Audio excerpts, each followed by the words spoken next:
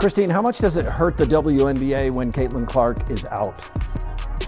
It is devastating to the WNBA when Caitlin Clark is out. I know a lot of us were expecting some sort of dip since Caitlin Clark has been out with injury, but I don't think all of us were expecting the entire viewership of the entire WNBA to be down. And this tweet from Christine Brennan really stuck out to me. She said one player gets injured and more than half the TV audience for the entire league disappears. Has any other athlete ever had that kind of impact on a sport? Golf without Tiger definitely dropped precipitously on occasion. Without Caitlin Clark on the field, the WNBA is in a terrible financial position and unable to keep their entire empire from collapsing, demonstrating once more how little this league has learned about safeguarding the one player who helped them go from obscurity to stardom. This is the tale of a league that keeps hurting itself while its finest player is out, and how their steadfast denial of reality costs them millions of dollars every day. And the truth is the truth, and the data is there. And what we saw when Caitlin was out the last time, the 5 games that she missed earlier in the season, the WNBA's viewership dropped more than 50%. Not just the Fever, but the entire league. Facts are as elusive as sold-out WNBA games sans Caitlin Clark in this age of staged drama and social media controversy. The league's obvious reliance on a single player was exposed when Clark was sidelined on June 24th due to a quad injury. She is currently out for an undetermined period of time due to a groin injury. Therefore, we are witnessing a rerun of what transpired.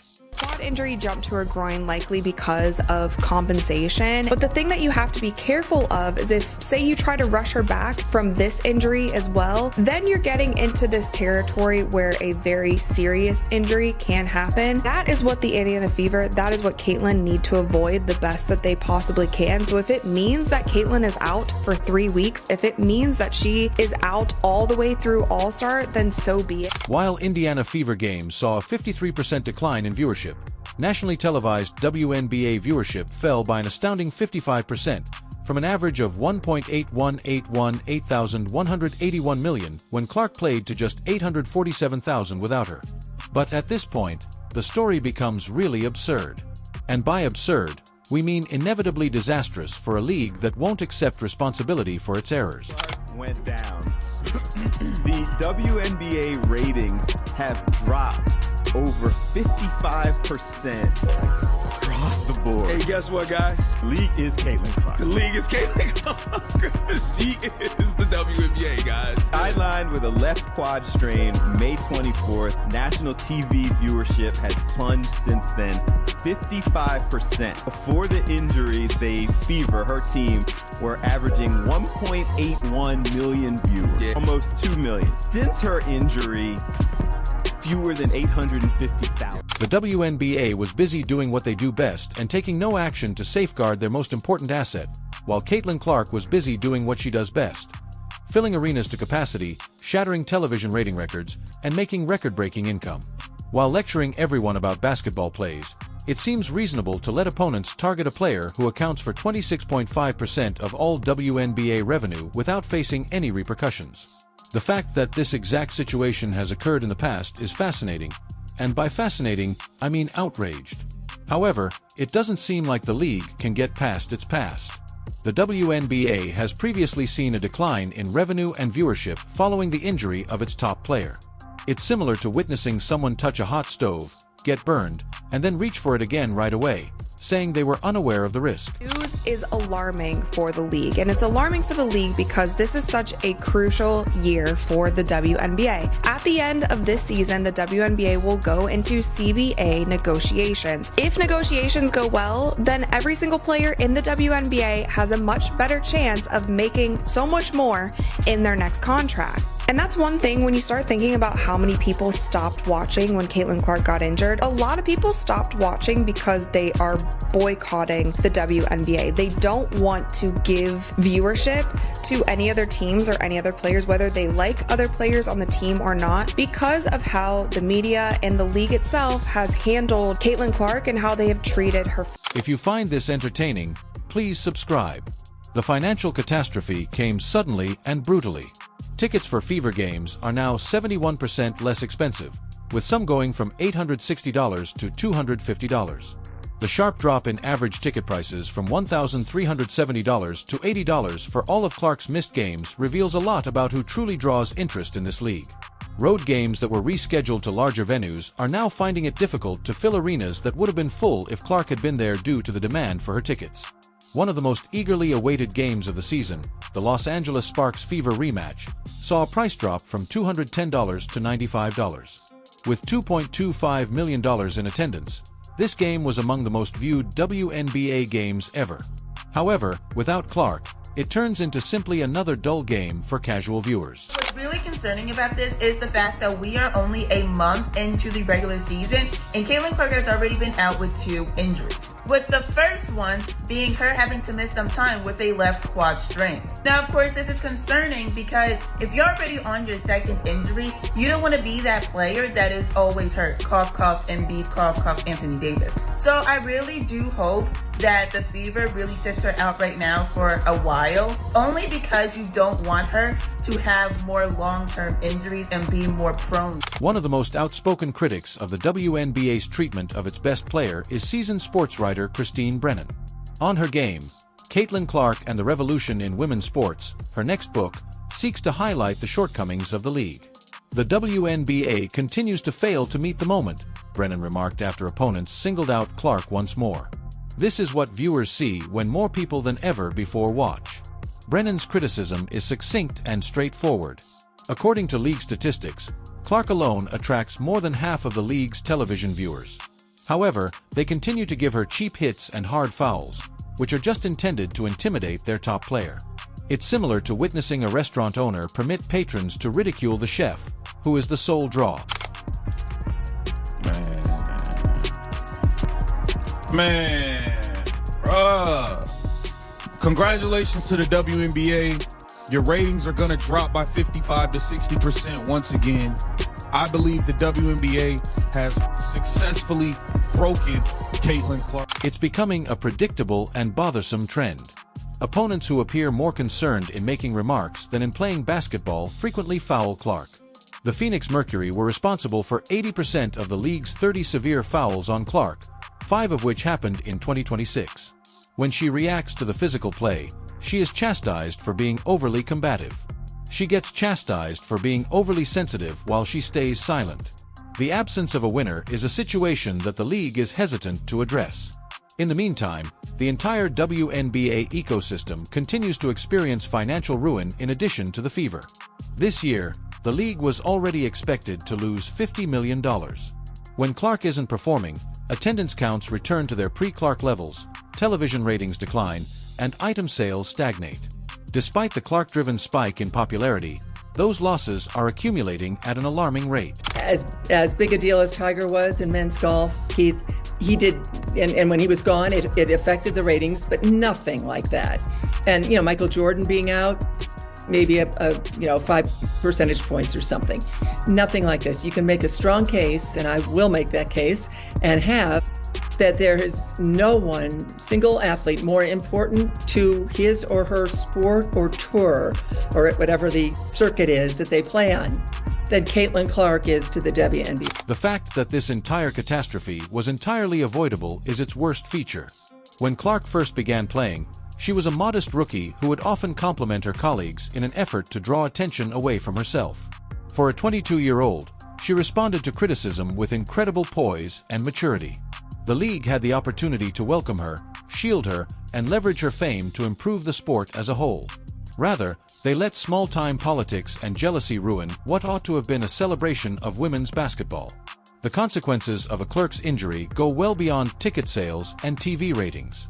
Millions of dollars were donated by corporate sponsors. However, many now doubt the logic of their choices in light of the Clark-driven evolution. This circumstance highlights a serious issue with the WNBA's self-portrayal.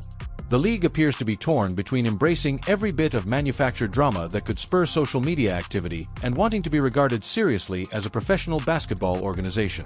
You can't have both of them. Professional leagues preserve competition fairness while safeguarding their stars.